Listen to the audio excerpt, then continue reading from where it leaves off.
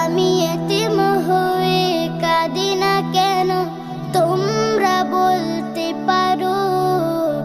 এতিম ছিলেন আমার নবী, এতিম আমিও। এতিম ছিলেন